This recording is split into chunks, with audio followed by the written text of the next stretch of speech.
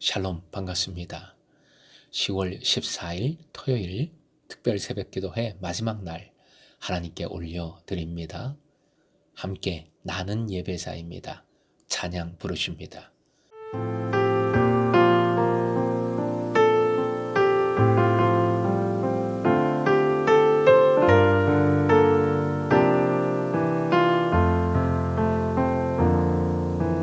나는 하나님을 예배하는 예배자입니다.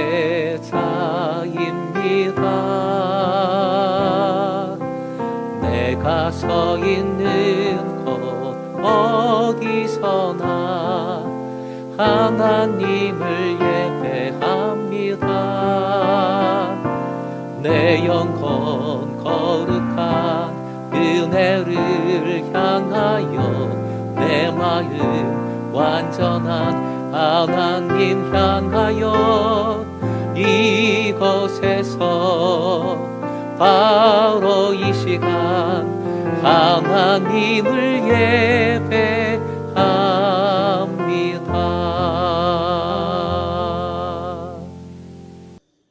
오늘 말씀은 구약성경 다니엘서 6장 10절, 23절 그리고 28절의 말씀입니다.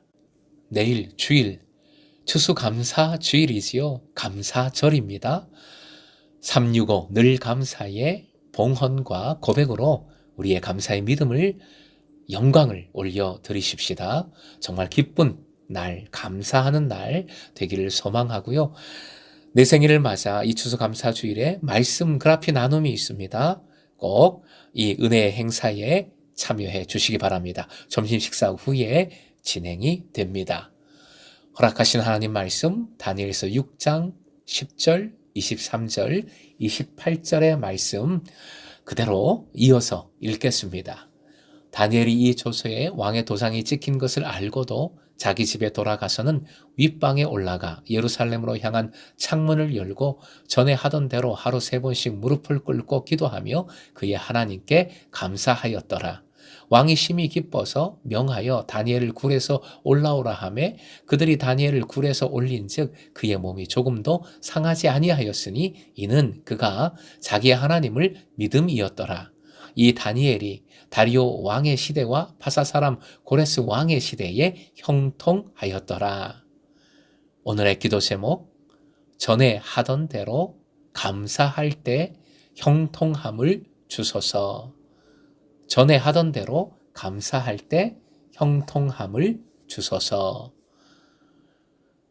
사실 부족한 인생이라도 인생을 차분하게 돌아보면 참 그때 필요한 것을 많이 받았음을 깨닫게 됩니다. 무엇보다 이거 받았다면 다 받은 것이요. 바로 예수 그리스도이십니다. 그리스도를 주로 받았습니다. 공짜입니다. 하나님의 완전한 은혜입니다. 제가 중국 선교 갔을 때 노방전도를 했습니다. 한 여자 청년에게 다가가서 사역리를 가지고 통역 청년과 함께 복음을 전했지요. 그 여인이 얘기를 다 듣고 난 후에 눈물을 글썽이다가 갑자기 자기가 들고 있는 핸드백을 제게 건네주는 겁니다. 돈 지갑도 들어있나 기대했지만 지갑은 없었어요.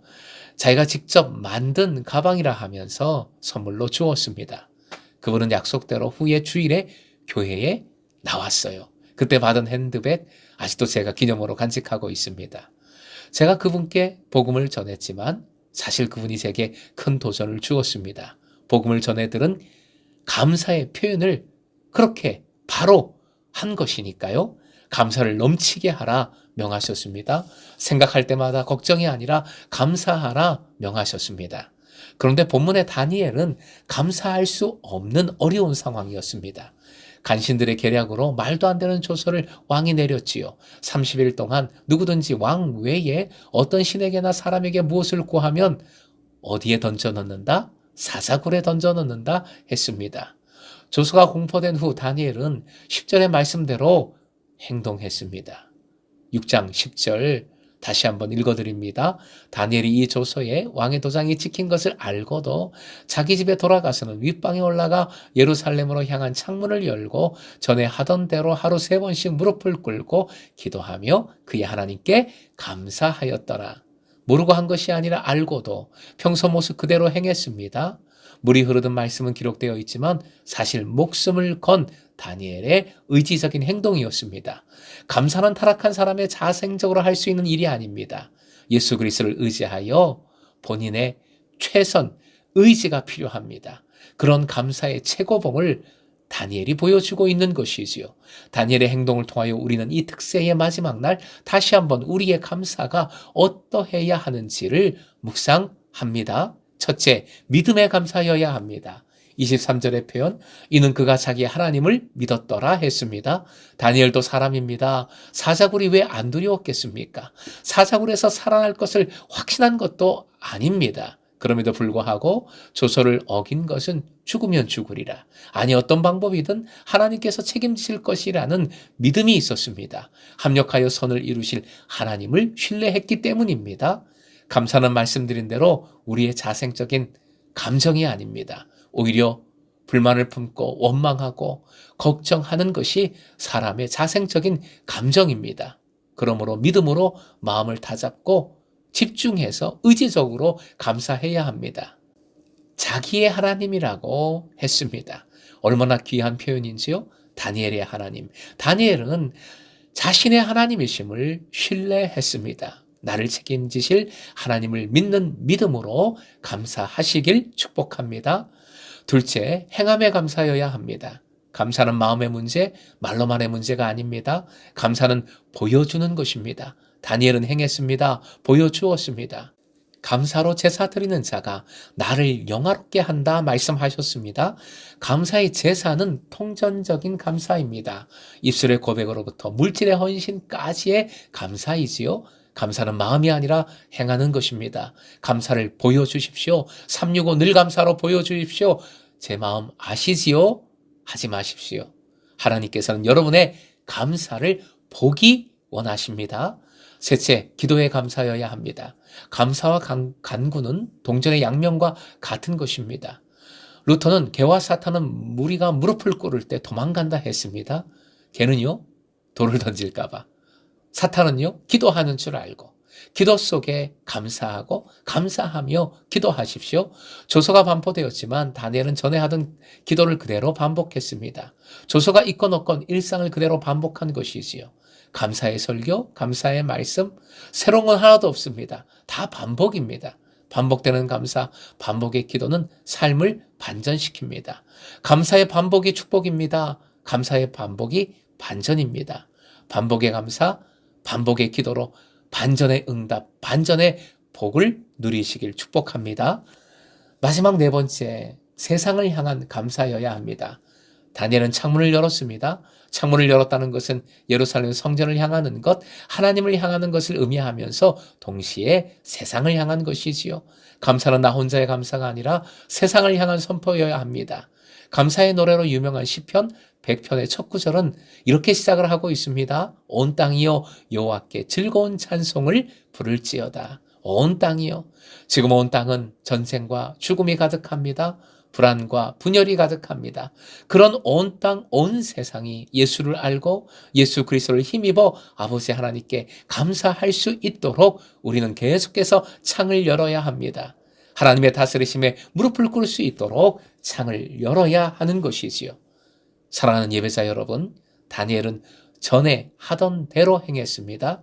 전에 하던 대로 하루 3번씩 무릎을 꿇고 기도하며 그의 하나님께 감사했습니다.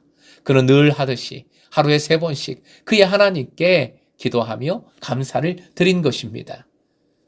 사랑하는 예배자 여러분, 여러분은 이 시간 전에 하던 게 어떤 것이었습니까? 전에 하던 게, 늘 하던 게 원망과 불신, 의심이었다면요? 전에 하던 게, 늘 하던 게 시기, 질투, 분냄, 도박, 싸움이라면요? 결국 전에 하던 게, 늘 하던 게 정말 중요합니다.